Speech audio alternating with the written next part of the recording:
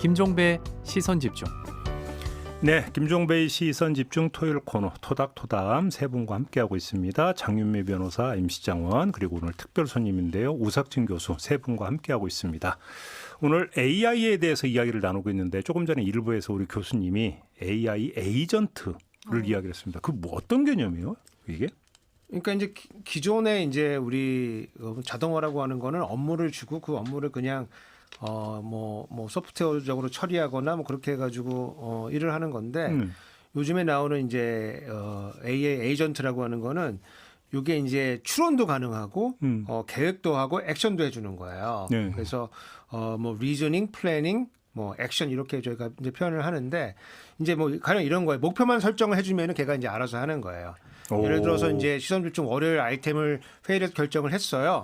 이 관련된 뭐 그 기사를 검색을 해가지고 질문지를 작성해 줘. 그 목표를 정해주면은 얘가 이제 이 대형 언어 모형이 이제 작동을 하면서 이제 여러 가지 그 기사를 쭉 검색을 해서 정리를 하고 질문지를 뽑아내고 이제 이거를 이제 예컨대 뭐 워드 프로세서나 뭐 파워포인트로 프로그램 조정해가지고 쭉 뽑아줘서 결과물 쫙 주는 거예요.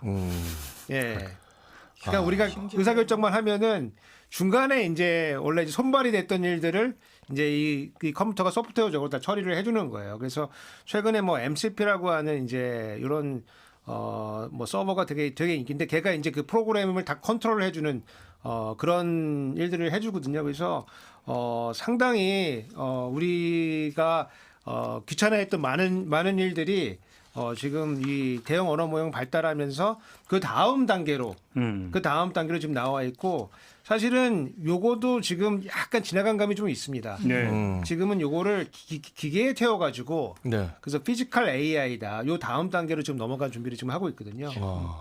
예. 근데 지금 교수님 말씀대로 해서 회사로 치면 네. 옛날 기획실 같은 기능이 없어질 수 있는 겁니까? 그러면? 기획은 이제 하는 사람만 하고 네. 그 아래 그걸 받아가지고 이제 조사하고 마케팅 조사하고 시장 조사하고 막 이런 여러 가지 손발이 있을 거 아니겠습니까? 그렇죠. 파워포인트 만들고 그다음에 워드 프로세스 문서 만들고 막 이런 걸 했던 작업들이 물론 누군가 이제 체크를 해야 되겠지만은 그게 이제 뭐 한 번에 에이전트라고 하는 거 하나 만들어 가지고 걔가 다 처리해 준다. 그러니까 쉽게 하면 이제 기획실은 없어지고 네. 기획위원과 AI만 있으면 된다. 그러네요. 이렇게 되는 거죠. 그렇게 그래서 중간 일자리가 위험하다 이제 이렇게 보는 겁니다. 어머, 한 팀이 없어지고 그냥 관리자 한두 명으로 다 할 수도 있겠네요. 그러니까 이제 만약 로펌이면은 파트너 몇 명이서 이제 의사결정하고 어서들이 원래 리서치도 하고 진짜 많이 서면도 쓰고 하니까요. 뭐 이런 거 많이 하는데 조사하고 이런 거 많이 하는데 이런 일들을 걔네가 이제 대신할 수가 있다. 이제 이렇게 되는 거죠. 야, 그 이반 일리치라는 유명한 사상가 학자가 있는데 이분이 기술이 발달할수록 새로운 가난이 온다. 이런 이야기를 한 게 있었는데 그러면 이대로 되는 거 아니에요, 교수님? 아무래도 좀 그런 측면이 있죠. 왜냐면은 이제 기술을 갖고 있는 사람과 갖고 있지 않은 사람. 그래서 이게 일종의 독점적인 현상이 이제 발생하는 거거든요. 새로운 형태의 이제 독점이 발생하는 거기 때문에 네. 격차가 뭐 어마무시하게 벌어지고 그것은 지금도 이제 벌어지고 있는 거고 다만 이제 이런 기술 발달에 따른 이 소득이나 여러 이제 기술 격차들이 처음 발생한 건 아니거든요. 우리 인류 역사상. 그렇죠. 예, 그렇죠. 뭐 주기적으로 이제 오는 겁니다. 예를 들어서 뭐 그 풍차가 만들어졌다. 네. 예, 그동안 뭐 소나 이런 게 끌었는데 이제 풍차가 만들어 바람을 돌리고 그다음에 물레방아 돌려서 네. 하다가 좀 있다가 이제 증기기관 발달돼 가지고 네. 증기기관이 돌리면서 이제 뭐 방적이나 이제 방직 이런 거 하게 돼. 뭐 이건 어마무시한 발달인데 그때도 이제 사람들이 이러한 그 위협을 느꼈던 거고 러다이트, 그래서 무슨 막 이런 러다이트 운동한 기계 부시자 막 뭐 이런 걸로 갔던 거거든요. 왠지 공감되는 것 같지 그러니까 않아요? AI를 어떻게 해야 되나 지금 그런 생각이 저도 들고 있기 때문에 가서 전기를 없애야 되나. 여쭤보고 싶어요. 스마트폰이 처음 등장했을 때도 우리 일상생활에 엄청난 변화를 가져왔거든요. 어떤 사람은 스마트폰의 등장보다 AI가 더 혁신적인 변화다라고 얘기하시던데 실제로 그런가요? 하여간 뭐 그럴 것 같습니다. 왜냐면 지금 우리 스마트폰은 사실은 이 좋은 컴퓨터가 내 손으로 들어왔기 때문에 물리적 변화에 가깝구나. 좀. 누구한테 뭐 물어봐서 위탁해서 해야 됐던 걸 내 손으로 지금 다 처리할 수가 있는 거거든요. 네.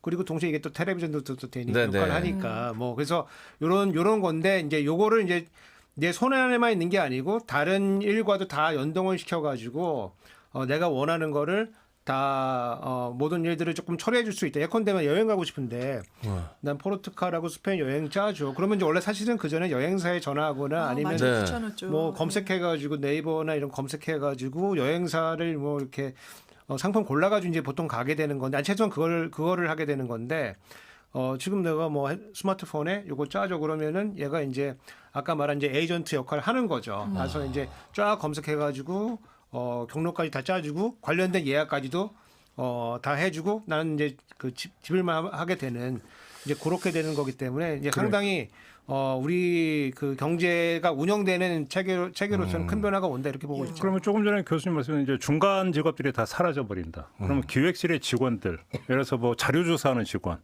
파워포인트 작성하는 직원들은 전부 다 그럼 쫓겨난다. 그럼 그 사람들 어디로 가요?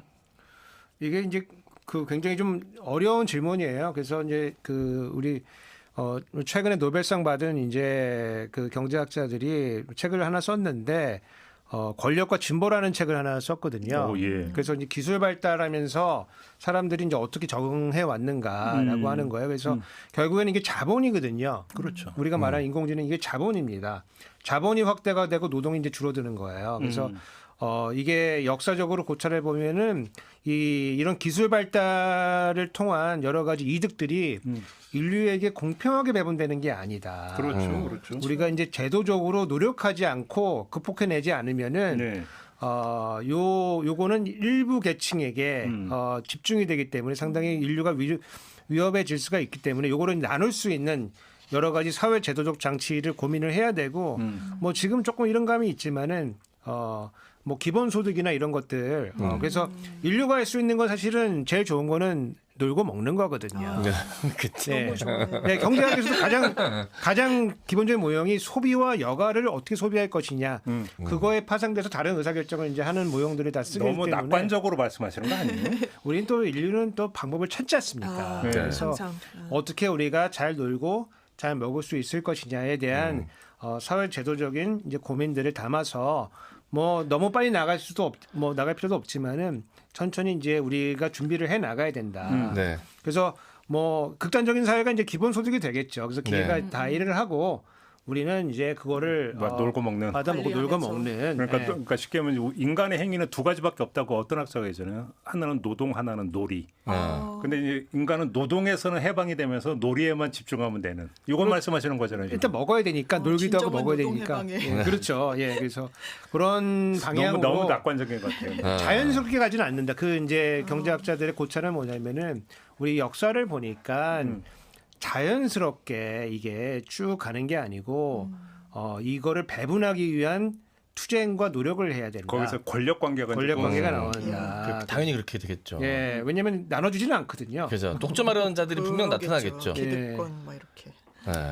근데 누군가한테는 또 새로운 기회가 될 것 같기도 합니다. 사실 유튜브의 등장 때문에 저 같은 사람도 사실 먹고 살 수 있는 또 새로운 장이 열리기도 했던 것처럼 또 이 활용도가 워낙 방대하기 때문에 네. 이것도 자기만의 방식으로 독창적으로 잘 이용하는 사람이 나타나면 또 새로운 또 계층 상승의 기회가 되기도 하지 않을까라는 기대를 가져봅니다. 그 산티아고 발다라마라고 하는 AI 연구자가 이런 말을 했대요. 인공지능이 당신을 대체하는 게 아니라 네. 인공지능을 사용하는 사람이 당신을 대체할 것이다. 아, 되게 멋있는 말인 것 같은데 설명은 좀 필요합니다. 우리 경제 이론에 보면은 이제 노동자의 임금이 자본이랑 얼마나 결합하냐에 따라서 또 많이 달라지거든요. 내가 삽으로 이제 땅 파는 사람하고 포크레인 갖고 와서 땅 파는 사람들하고 뭐 임금 격차는 뭐 마무시하거든요. 그렇죠. 그래서 우리 이제 기술 역사를 보면은 늘 기술이 발달하면은 기술이 우리 일자리를 없앤다라고 해가지고 반감이 생기는 건 맞아요. 근데 그 기계가 만들어지면서 또 다른 범위의 일자리들이 쭉 생겨 아까 그 MC 장관도 말씀해 주셨지만 유튜브 생기면서 유튜브 일자리가 쫙 굉장히 생기고 많죠. 뭐 이런 결과도 가져오는 거거든요. 저는 라디오의 성장을 얘기하고 싶어요. 오. 처음 유튜브가 등장했을 때 라디오는 큰일 났다 이제. 라디오는 이제 설 자리가 없을 것이다 그랬는데 유튜브하고 라디오가 결합하면서 훨씬 시장 라디오가 폭발적으로 성장했어요. 보이는 라디오. 저는 근데 왜 저 보면서 얘기해요? 라디오 하면 김종배 떠올라서 그랬어요. 시선 집중이지. 쉽게 하면 네. 라디오의 TV화가 이루어졌죠. 네. 그래서 전 불편해요 그게.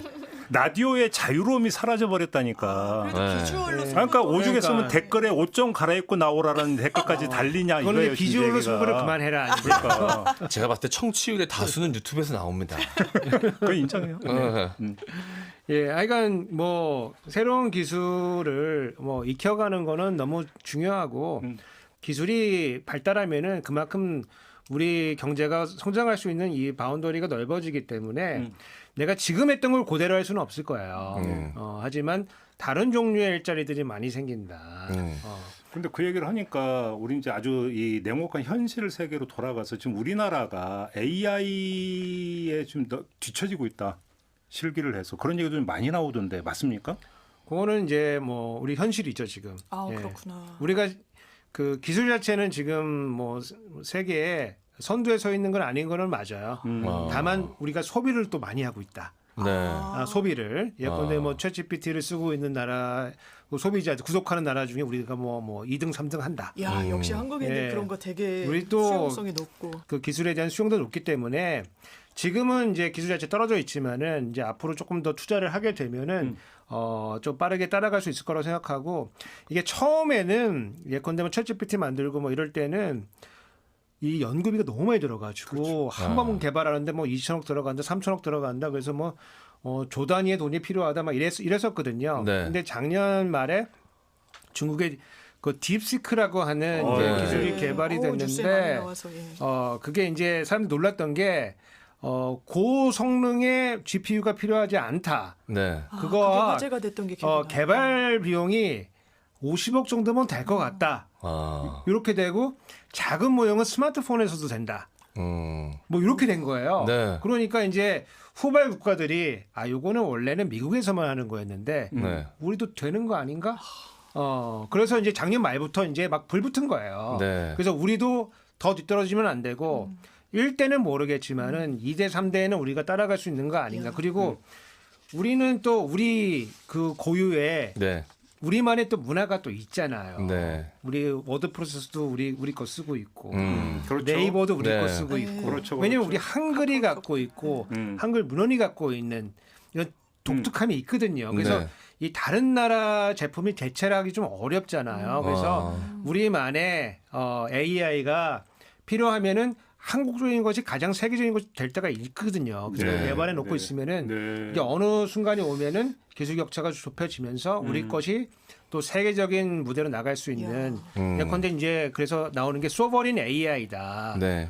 국가 우리에서 개발한 그런 AI. 그거 하려고 하면 그 법원 판결도 다 공개가 돼야 되고 그러니까. 행정문서도 너무 공개가 좋아요, 되고 여러 가지 데이터가 이제 다른 나라가 갖고 있지 않은 이제 이런 것도 훈련해 가면서 개발을 하게 되면은 격차는 빠르게 좁혀질 수 있다. 그러면 지금 이재명 정부 들어서 AI 전문가를 이제 대거 기용을 하고 있잖아요. 뭐 수석으로도 하고 네. 장관으로도 네. 하고 지금 정방향으로 가고 있다고 평가하세요? 저는 만약에 공무원들에게 시켰다고 하면은 공무원들 뭘 하냐면은 일단 AI 강국위원회를 만들 겁니다. 예. 위원회를 만들고 만드니까 그 위원회. 위원장을 차관급으로 하냐 장관급으로 하냐 그거 싸우고 거기 공무원 몇 명 파견하느냐 그렇게 한 다음에 이제 용역을 줄 겁니다. 연구 용역을. 3개월에서 6개월 1년짜리 주고서 그거 받아서 이제 내년에 이제 시작이거든요. 내년에 모여가지고 회의 뭐 했다. 그러면서 네. 현장 방문했다 사진 찍고 이제 끝나고 맨 끝에 가면은 AI 자격증 만듭니다. 완전 그냥 AI 프로세스네요. 자격증. 되게 와닿는다. 네, 네. 자격증 만들고 AI 활용 능력사 9급 네, 뭐 이렇게. 하고 옛날에 워드 그리고 이제 프로세서. 학원들 만들어지고 네, 그리고 이제 끝나는 겁니다. 예, 근데 지금 이제 요 AI 개발하시던 분들이 들어갔기 때문에 앞에 이제 불필요한 것들은 상당히 안 할 것이다. 네. 그리고 빠르게 우리 본류로 바로 들어가지 않을까 이제 그렇게 생각하고 있습니다. 네. 그러면 또 하나의 측면, 이번에 좀 이제 각도를 돌려서 아까 우리가 일부에서 네. AI하고 이제 그 상담을 하다가 사랑에 빠졌다라는 케이스를 네. 얘기했잖아요. 우리가 스마트폰 그리고 스마트폰에 달려 있는 메신저라고 하는 게 대인 관계를 엄청나게 그러니까 변화시킨 게 있잖아요. 네. 아, 그렇죠. 그죠? 예. 이 대면 대화가 줄고 심지어 식당 가서도 서로 핸드폰 보고 있는, 아, 그렇죠. 대화 안 하고. 그죠? 대화 안 하고. 근데 AI가 인간관계, 사회관계를 어떻게 틀어줄 것인가, 이것도 상당히 중요한 부분 아니겠습니까?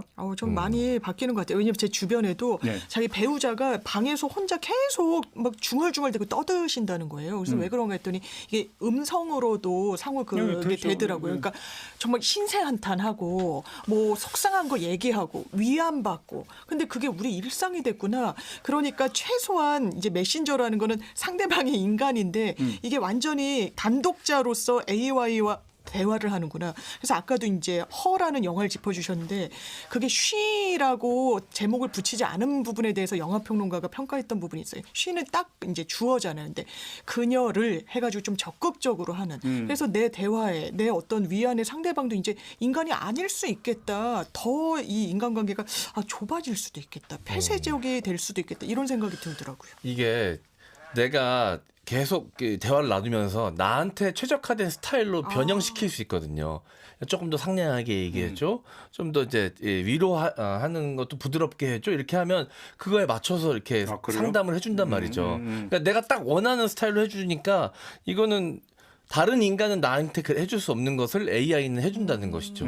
저도 그래서 가끔 저에 대한 객관적 평가를 냉철하게 해줘. 그래서 자꾸 물어보거든요. 그럼 저의 단점을 쫙 얘기해줘요. 네, 나중에 상처가 되더라고요.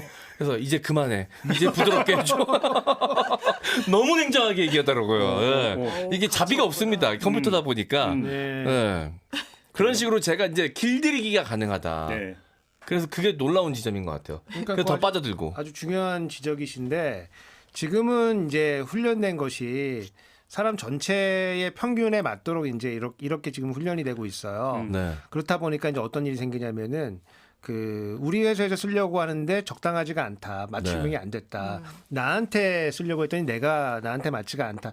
왜냐하면 다른 사람들이 이제 데이터로 훈련을 해놓은 거기 때문에 나한테 딱 맞는 건 아닐 수가 있잖아요. 그래서 맞춤형 이제 AI들이 이제 개발이 이제 가능하다. 그래서 내 건데 뭐 우리 뭐 시선 집중이면은 시선 집중에 그 동안에 나왔던 방송들을 쭉 다 넣어주고 김종배가 했을 질문을 한번 작성해줘. 아니면 김종배 스타일로 진행해줘.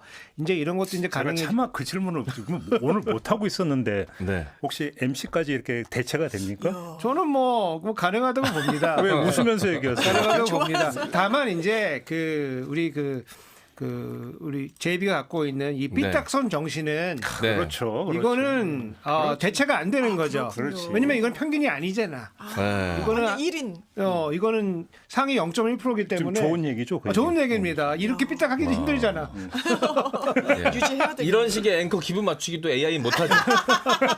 우리도 살아남겠네요. 그러네요. 저 잘하거든요. 네. 또 이게 이제 회사에서 못 쓰게 하는 회사도 좀 있습니다. 그래요? 왜냐면은 이제 우리 첨단 기술을 하는 이제 기업이나 뭐 정부의 중요한 부처들은 어떤 질문을 하는 것만으로도 보안.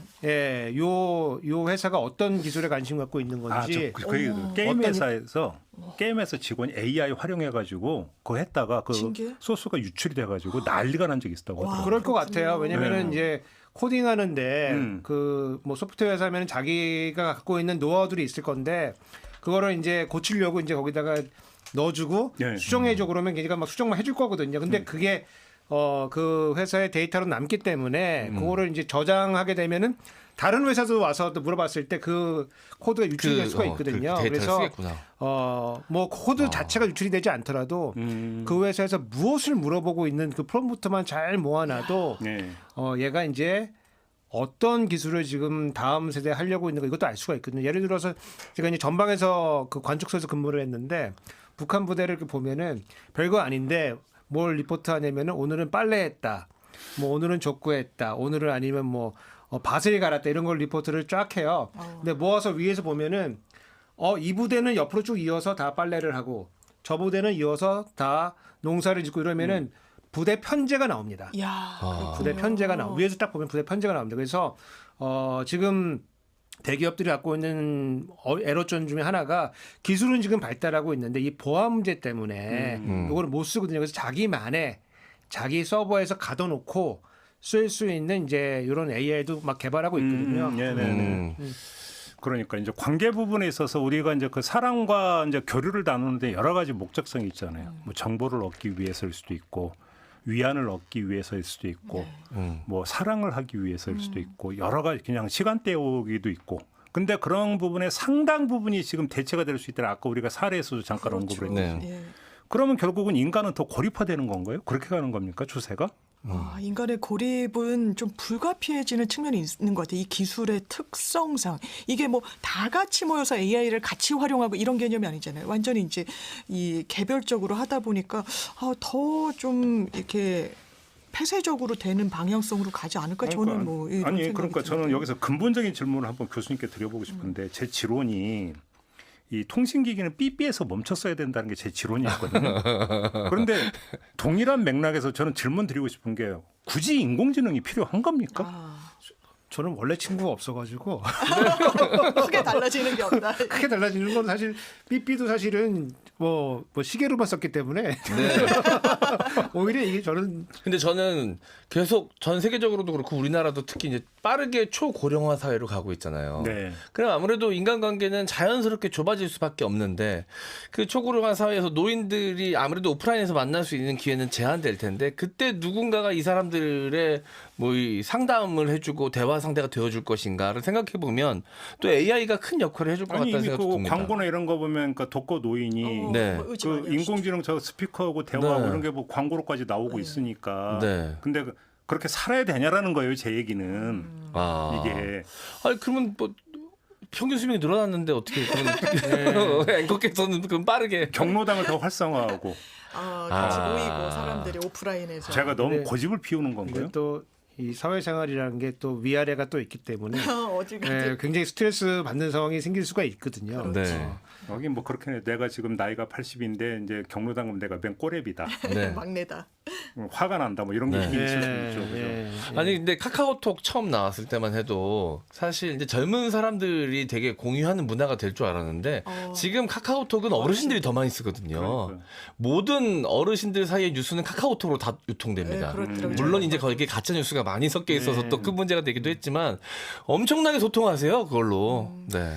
그러면 이 세상사는 모두 음양의 그 이치가 있다고 과유불급이라는 게 또 있는 것 아니겠습니까? 지나치게 쓰면 안 있음만 못하다. 네. 혹시 이런 건 없을까요?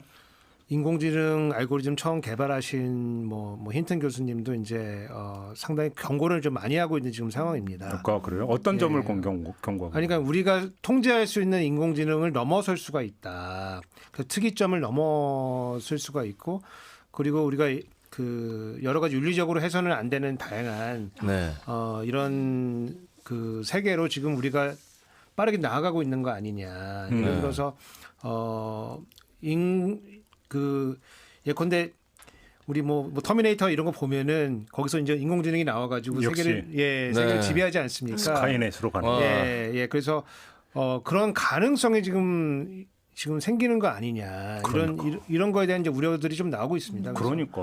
그래서 그 인공지능 알고리즘 처음 그 소위 말하는 이제 그 딥러닝이라고 하는 그거를 이제 그 개발해서 노벨상 받으신 분들도 이제 그런 우려를 좀 하시거든요. 그래서 통제 못하는 지금은 우리가 통제할 수 있을 것 같지만은 네. 그러니까. 지금 기계고 뭐 우리가 플러그 뽑으면 그냥 끝나는 거 아니야? 뭐 이렇게 뭐 생각하고 있지만은 그거를 넘어서게 되는 세상으로 가는 거 아니냐. 그러니까요. 그런 우려 많이 하고 있는 것 같습니다. 그 이제 마무리할 때니까 그래서 저는 인공지능을 의도적으로 멀리하고 있거든요. 전략적으로. 농담이 아니라 진짜로. 네. 근데 아직은 버티고 있는데. 네. 그리고 인간도 이게 근친혼을 통해서 계속 같은 피가 섞이다 보면은 유전병이 생기듯이 AI로 나온 데이터를 계속 AI가